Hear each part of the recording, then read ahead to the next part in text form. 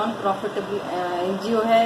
اس میں کافی آبجیکٹس ہیں. اس کا پرائمری موٹو ہے ہم نے فیری ہوم کے نام سے اسٹارٹ کیا ہے, جس میں آرفن بچیاں ہیں. اور میرا جو موٹو ہے ان بچیوں کو پروموٹ کرنا, ان کو ایجوکیشن دینا, ان کو معاشرے کا کارآمد شہری بننا, کیونکہ ہمارے بیسکلی انٹیریئر سندھ میں یہ روایات ہے کہ بچیوں کو نہ تعلیم دی جاتی ہے نہ ان کو پروموٹ کیا جاتا ہے. میرا یہ مشن ہے کہ یہ بچیاں تعلیم حاصل کر کے آگے بڑھیں اور اپنے لیے کچھ خود کر سکیں, معاشرے کے کارآمد شہری بنیں, یہ کسی کے آگے ہاتھ نہ پھیلائیں, کسی کی محتاج نہ بنیں. اسٹارٹ کیا ہے مارچ 2018 میں, آفیشلی اس کا انوگریشن ہوا ہے. اس وقت میرے پاس 4 بچیاں تھیں. اس وقت میرے پاس 29 بچیاں ہیں, مختلف ڈسٹرکٹ سے ہیں, اور میجورٹی جو بچوں کی ہے وہ فادر آرفن ہے, پور ٹو پور فیملی سے ریلیٹڈ ہیں.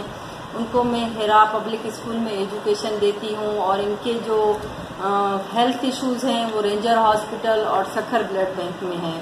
رینجر ہاسپٹل کے میجر صاحب نے ہمیں کافی بچوں کے کارڈ بھی فری آف کاسٹ ایشو کیے ہیں, اور اس کے علاوہ سکھر بلڈ بینک بھی ہمیں فل سپورٹ کر رہا ہے. ہیرا پبلک اسکول میں بھی ان کی تعلیم کے لیے کمشنر سکھر نے تھوڑا سا اسٹیپ لیا ہے.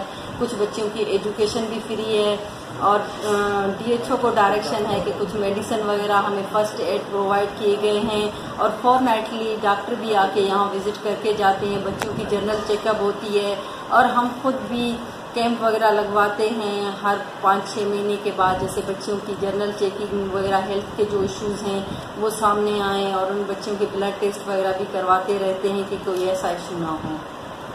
اور اس کے علاوہ بچوں کو اچھا گھر جیسا ماحول ہے, ان کے رومز وغیرہ ہیں, ہر بچی کا ایک الگ بیڈ ہے, اور ان کو ایوننگ کے ٹائم کلاسز وغیرہ ٹیوشن وغیرہ بھی دیتے ہیں, اور قرآن پاک کی بھی تعلیم ہے. 5 وقت کی نماز بھی بچوں کو سکھائی جاتی ہے, عالمہ ہے.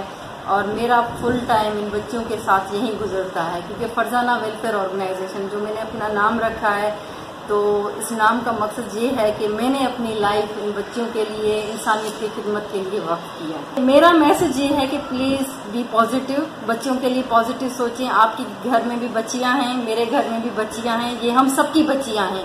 آپ سب ان کی سرپرست بنیں, اور ان کے سر پہ ہاتھ رکھ کے ان کا ماں باپ بھائی سب بن کے ان بچوں کا سہارا بنیں.